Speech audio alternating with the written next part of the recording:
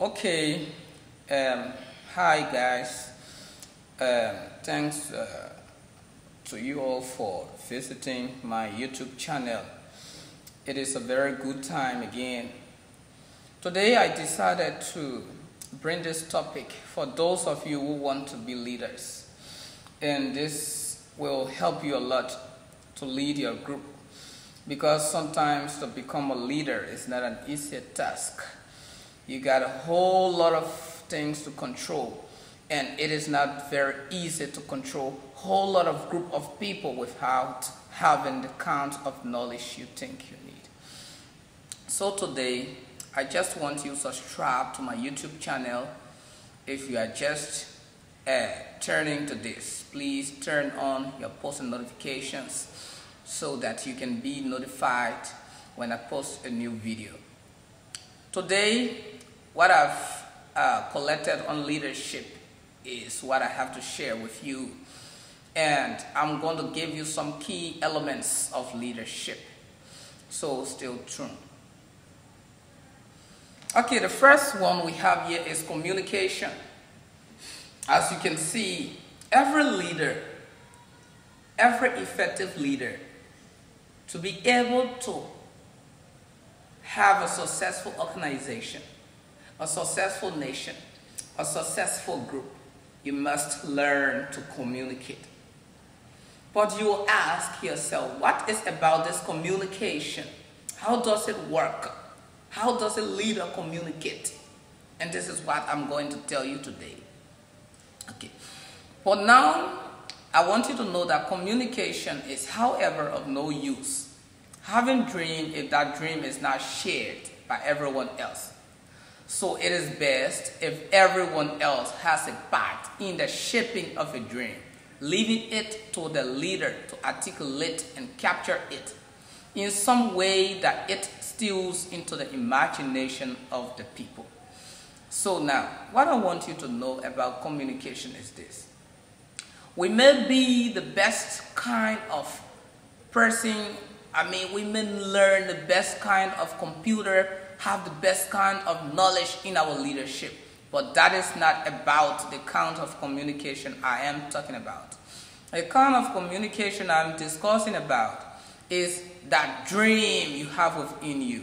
Are you able to share your dream with your subordinates to come after you, so that when you no longer exist, when you no longer live, when your name has left the universe, can others come after you and bring that same star that you had, although not perfectly the same star, but come after you and excel the organization or your nation to another level?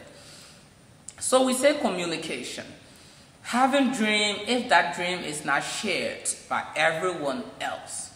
So that dream we have in us to lead an organization, to lead our people, must be shared with our subordinates.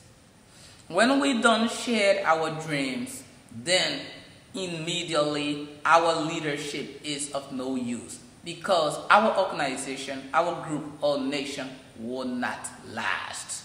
This is the first thing I want you to know. But then you will come to ask, how did some leaders, great leaders, manage? How did they communicate? And this is what I'm going to tell you. Okay. I want you to know that, some of our leaders, they did it with words. Some of future models, or some just by living and breathing their vision in contact with their people. Yes, this is leadership. Leadership, brothers and sisters, is not an easy task. But the key elements here are going to help you have a successful organization. Sometimes to manage our own lives is difficult. We face a whole lot of challenges. We face a whole lot of temptations, thinking that we will not get through, thinking that we will not make it.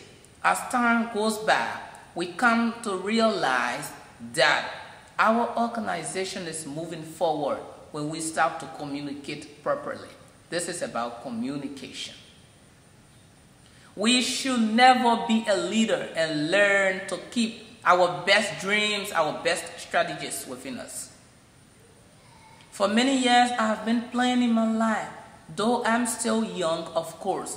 But if you are determined, the sky is your limit. You can reach anywhere. You can talk to anyone. You can change the destiny of others, and you can change your own destiny. If you are a leader, just imagine what it has taken you. Over the years, probably you have struggled and struggled and struggled to carry your organization forward. It hasn't worked for you, and this is what I'm going to tell you that is going to work for you 100%. These are key elements that if you follow, it will work for you.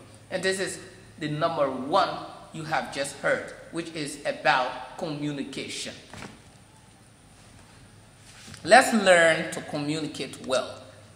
Let's learn to communicate well. The second one is trust.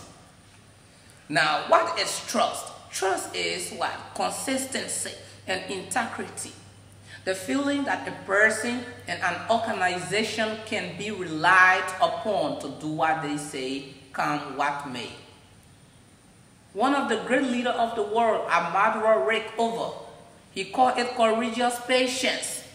Theodore Fred, the third past president of the Social College, put it well when he said, leadership requires that one knows where one is taking oneself from the being that has been to the one that wishes to be, despite ambiguities and against the odds that in here in adios. Can others trust you to be you? Trust. If we should and if we will have a successful organization, a successful nation, we must learn to be trusted. We must have that kind of character in us that will make people to always trust us.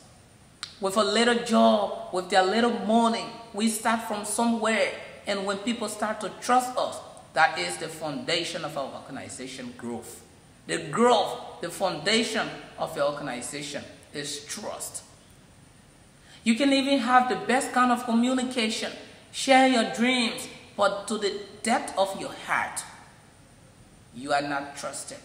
You know deep down your heart, you have the kind of character that no one can trust you. Every nowadays, people have something to say about your character. They cannot trust you with any little thing. Trust. We must learn to trust. We must learn to be trusted. And we must have the kind of character that others will trust us. Another thing is what? Self-knowledge. Self-knowledge gives example of good leaders who were not self-worshippers, but knew their worth and their weaknesses. They built on their strengths and compensated for their weaknesses, and they consciously looked for the fit between who they are and what their organization needed. I want you to understand that no man and no woman can do everything everywhere. What they were universally good at was getting others to feel good at what they were doing, to be proud in their self-knowledge. Self-knowledge and the emotional wisdom it brings allow one to trust others to do what they are good at with the constant approval of others, to accept people as they are instead of judging them. There are 4 approaches to leadership, which include the trait theories, the star theories, the constituency theories, and the best fit, which suggest the more integrative ways of looking at the subjects. The approach suggested was an extension of constituency theories called best fit approach. This approach requires that the star preferences of the leader, the subordinates, and the demand of the task be what rank along a skill, type or structure to flexible or supportive. So I want you to understand that we cannot do everything everywhere at the same time.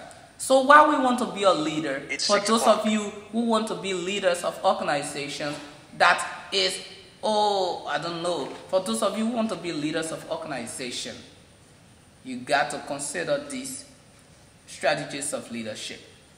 These are things you need to continue your work. These are things you need to be a good leader. Yeah. So we cannot be a leader without learning how to communicate, without learning how to, develop the kinds of character that will allow others to trust us, without learning how to develop within us self-knowledge. We must develop self-knowledge. Self-knowledge and the emotional wisdom it brings allow others to trust us. If we take into consideration these key elements, we can be good leaders. And you also learn about the 4 approaches of leadership. So I don't know where you want to be, but if you want to be a leader, these are things you got to consider. That, the 4 approaches to leadership, I want to name again. It includes the trait theories, the star theories, the constituency theories, and the best fit. The next thing I want you to know is the way the fit is achieved, FIT. How is the fit achieved? FIT. How are you fit for the job? And which factor will adopt or be adopted will depend on the environment or the organization setting, which includes the power or position of the leader, the relationship with his group, the organizational norms, the structure and technology. The structure and technology. I'm very sorry. I just gotta. I don't know. The structure and technology. The structure and technology. The verity of the task and the verity of the subordinate. A leader needs to develop his or her vision, communication, trust, and self-knowledge in order to do this. The leadership of groups or division is a vital part of organizational effectiveness, but results in role complexity, incompatibility, conflict, ambiguity, and therefore stress. To help manage this complexity, there are things that organizations need to know and understand. Organizations need to do, individuals need to do, individuals and the organizations need to do. Desiderata. D-E-S-I-D-E-R-A-T-A. Desiderata. The modern trend in organization theory has been to play down the importance of the individual and the group leader in favor of things like structure, control system, and climate. Later chapter in this presentation will, however, suggest that the trend in these areas are beginning to highlight once again the importance of the individual as an integrator or a linking point or catalyst. In my next video presentation, I ask that you subscribe to my channel. I'm going to give you more leadership traits. And if you have any doubt, you are most welcome to write me on my email, and I will be willing to give you the skill. Nevertheless, the face you are seeing is very young, but never mind. If you subscribe to this channel, you will receive some good videos. And for those of you who want to be a leader, I cannot do everything, but my recommendations are going to help you a whole lot. Thank you, and God bless you.